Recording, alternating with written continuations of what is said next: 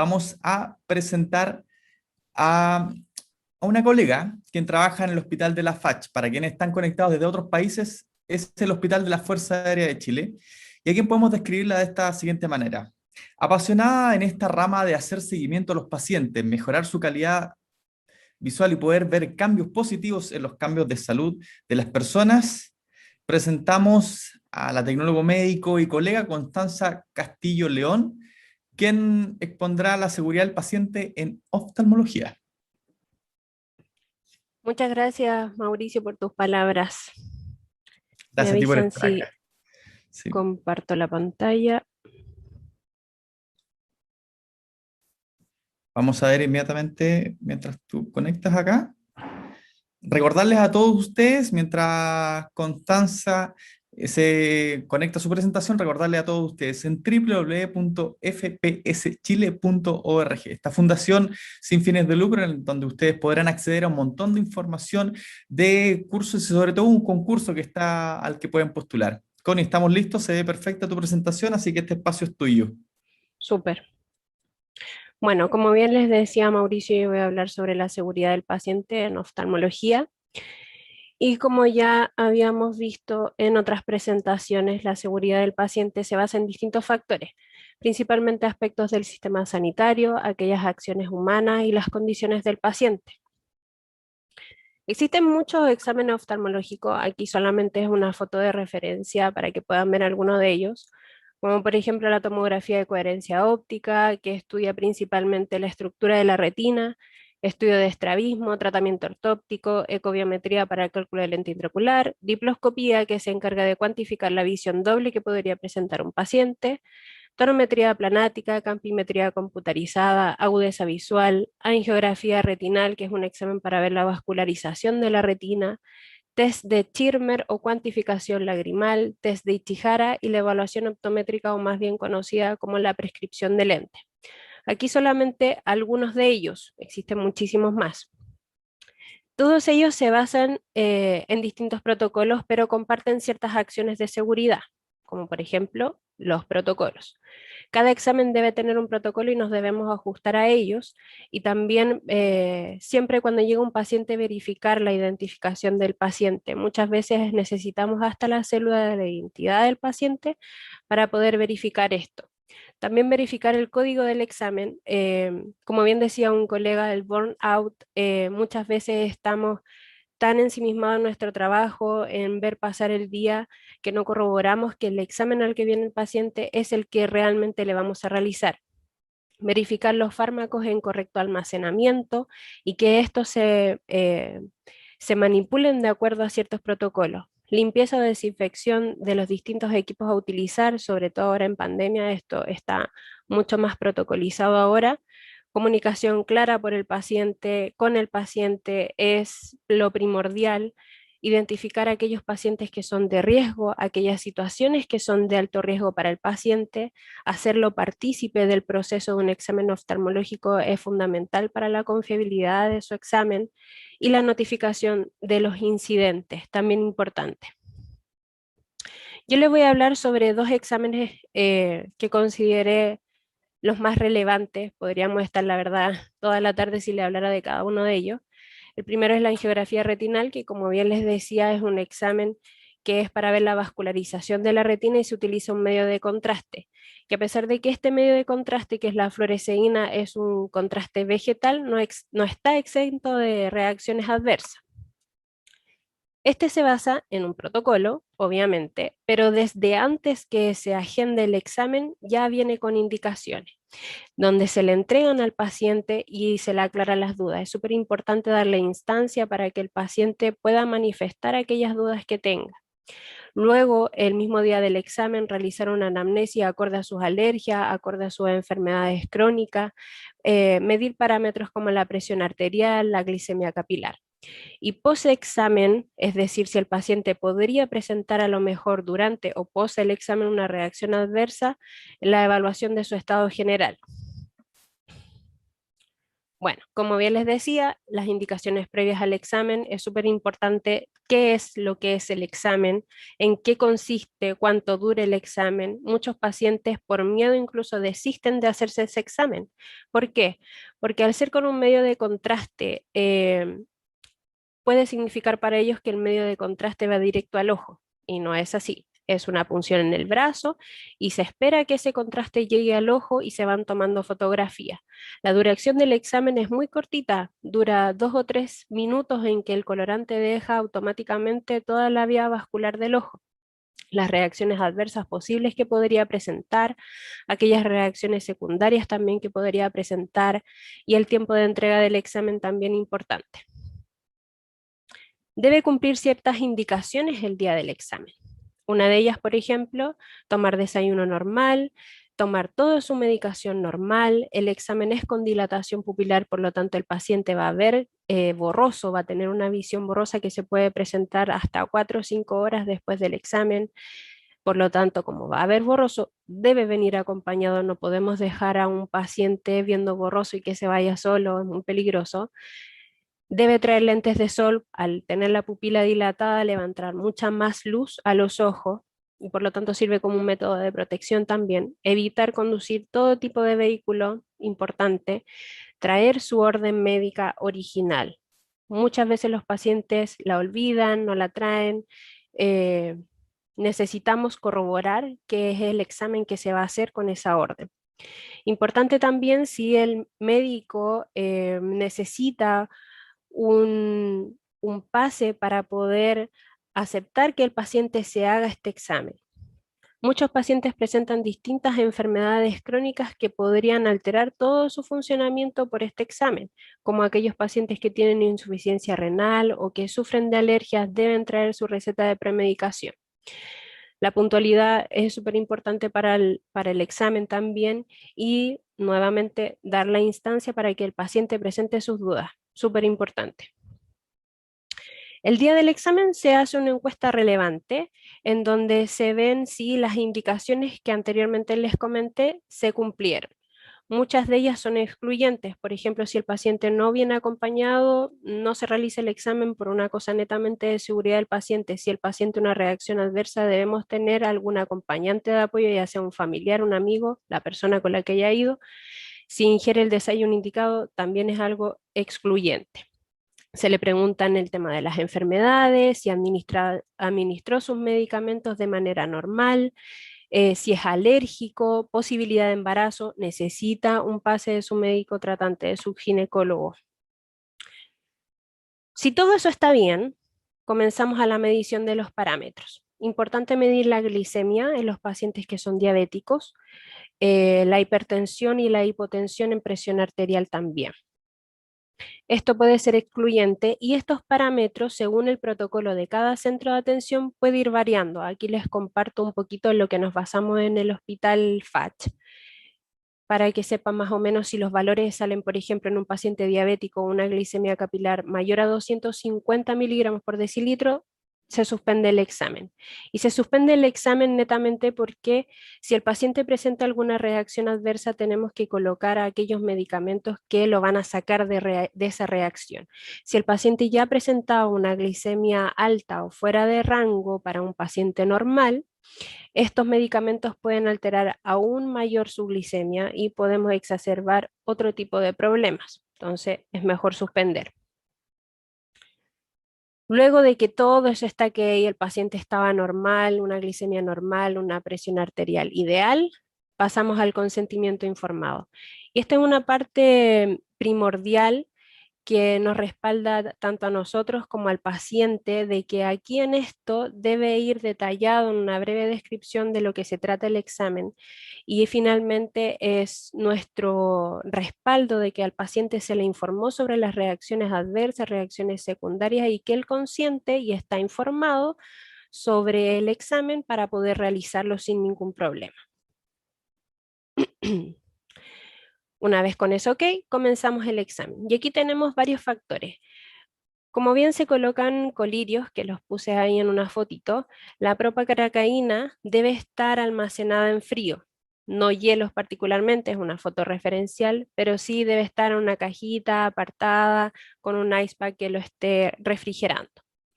También midriasil o midfrin, que son gotas para dilatar la pupila, deben estar almacenadas en un lugar seco y fresco. Las gotas, alrededor de 45 minutos, ya realizan el efecto de dilatación pupilar. Esto puede ser relativo entre un paciente y otro. Hay algunos pacientes que se demoran menos, otros que se demoran más. Incluso a veces tenemos que volver a repetir todo este set de gotas para que el paciente pueda dilatar la pupila. Importante el uso de elementos de protección personal, tanto para nosotros y ahora en pandemia el paciente, al menos en ningún examen oftalmológico debe retirarse la mascarilla, en ninguno, a menos que necesite algún apoyo de oxígeno, algo más allá que haya presentado, por ejemplo, alguna reacción adversa un poquito más complicada. Importante también el manejo del material estéril, no debe venir ni con ningún doblez, algo que haya alterado el envase del material estéril. Importante también el manejo del material cortopunzante, tanto para el paciente como para nosotros, obviamente. Y ya con eso procedemos a realizar la punción en el brazo. Hicimos el examen. Las reacciones adversas relacionadas al contraste, ojalá nunca hubieran, pero si las hay pueden ser leves, moderadas o severas. Estas reacciones adversas nosotros ya la tenemos ya más o menos interiorizada.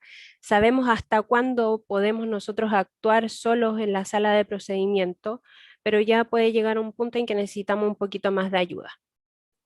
Aquellas reacciones adversas que son leves son las más frecuentes, pueden ser un poquito ya más de vómitos, náuseas, tos, incluso estornudos, cefaleas, urticaria.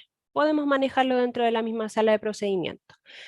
Luego pasamos a las reacciones moderadas, que ya requieren una evaluación médica, pueden ser vómitos profusos, dolor abdominal, hipotensión moderada. O aquellas más severas, que son las menos frecuentes, en donde más se puede arriesgar la vida del paciente, como por ejemplo un edema de laringe, convulsiones, pérdida de conciencia, shock anafiláctico en el peor de los casos. Cada centro en donde nos desempeñemos debe tener un código de urgencia que debe ser activado. La clave en cualquiera de estas reacciones, sea leve, moderada o severa, es nunca dejar solo al paciente. En un segundo pueden pasar millones de cosas. Ahora, como bien les decía anteriormente, estas reacciones adversas pueden ocurrir durante el examen o posterior a él. Por lo tanto, en un segundo en que estemos haciendo el examen, no me demoro 1 o 2 segundos en preguntarle al paciente cómo se siente. También eso es primordial para detectar a tiempo cualquier problema y no pasar a llevar al paciente de que a lo mejor no nos demos cuenta y el paciente ya se desmayó. Eso la idea es que no ocurra. Luego de que, por ejemplo, al paciente le ocurrió una reacción adversa leve o no le ocurrió ninguna cosa, procedemos a comentarle aquellas reacciones secundarias que podría tener con el examen. Aquí a las más comunes, dolor en la punción. Se recomienda o se sugiere compresas frías en el lugar de la punción para que el paciente le baje un poquito la inflamación. También común, importante, la orina amarillenta o amarillo verdosa.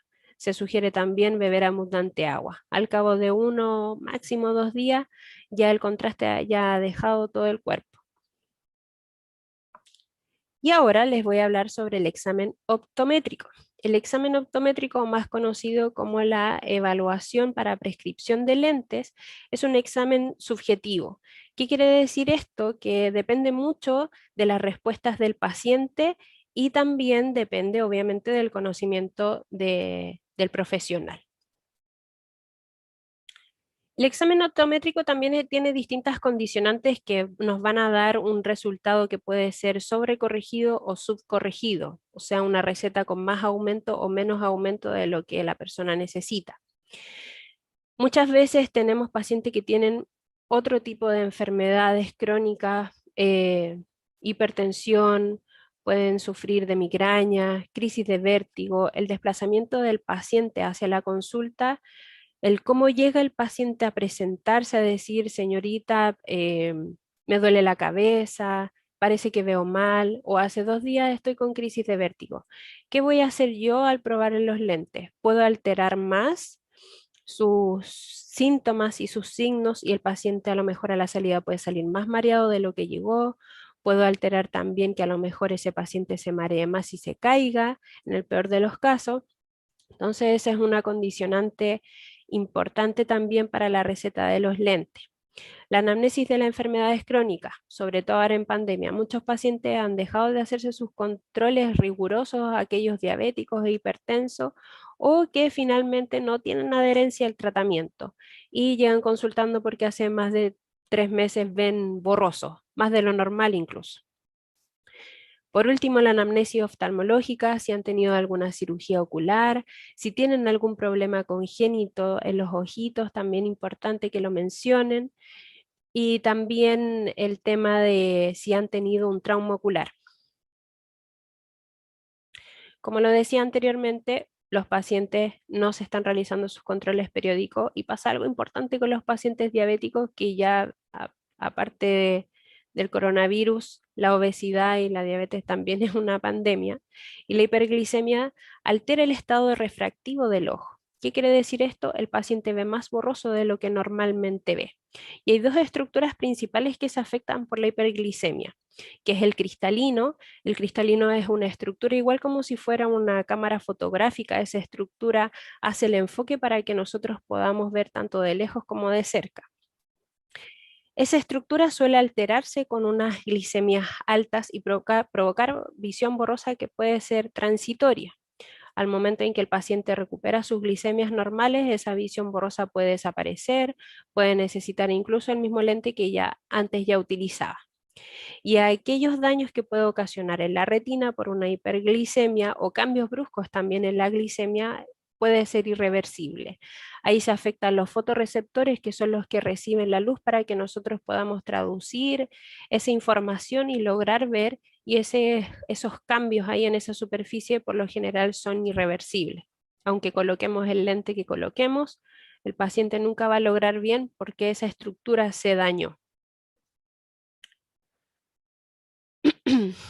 Importante, y siempre voy a recalcar en eso, la comunicación con el paciente en este examen es fundamental para obtener un buen resultado. Dar la instancia de que el paciente esté seguro de que obtuvo buena visión con el lente que se probó. Al menos aquí en Chile, la compra de lentes es costosa, por lo tanto es una inversión que el paciente realiza. Ese lente debe durar 2 a 3 años. Muchas de las cosas que yo coloqué aquí son algunas dudas que tienen los pacientes. Primera vez que usa lente. A veces es muy poquito aumento, sobre todo ahora en pandemia, el tema del uso de las pantallas, que de las cuarentenas, muchos niños están encerrados en sus casas. Los distractores también son pantallas aparte de las clases online. Entonces eso deteriora un poquito la visión. Si es primera vez que usa lentes, hay que hablar también cuánto es la adaptación, en que el paciente va a demorar en lograr adaptarse a su entorno, la buena visión. Si hay un cambio brusco también del aumento entre los lentes anteriores y los actuales. Si es primera vez que usa lentes de cerca, ¿cuándo los tiene que usar? Muchas veces dicen, es que señorita, estos lentes no me sirven porque veo la tele con ellos y no veo nada. Claramente porque son lentes de cerca. Eso el paciente no lo sabe. Y si uno no se lo explica, no lo va a entender tampoco. También si las diferencias de los materiales. Y aquí soy bien rigurosa en el sentido de que el paciente muchas veces desea que sus lentes sean de vidrio. Existe la posibilidad de que si el lente se cae, se haga 1000 pedazos. Sí, pero aparte de eso, en el caso hipotético que el paciente sufra algún accidente, si se cae, si tiene algún accidente automovilístico, ese lente de vidrio también se va a romper y esos fragmentos de vidrio también van a entrar al ojo. Entonces, por evitar que el lente se raye, en el caso de que sufra un accidente, puede perder la visión. No me agrada mucho el tema de los lentes de vidrio. ¿Ya? Bueno, aquí puse una fotografía de cómo el paciente ve cuando tiene una receta nueva y está conforme. Todo su entorno se ve borroso y muchos declaran que es como si le encendieran una ampolletita al tener un lente nuevo y que vean nítido. Se ve mucho mejor el tema de la saturación de los colores, el tema de la forma. Finalmente, la consulta de exámenes optométricos está basada en la mayor porcentaje de que el paciente esté seguro y esté en un ambiente seguro para poder realizar este examen. Todos los pacientes dependen de que su examen sea confiable y eso va en nosotros. Muchas gracias por su atención. Espero les haya gustado mi presentación.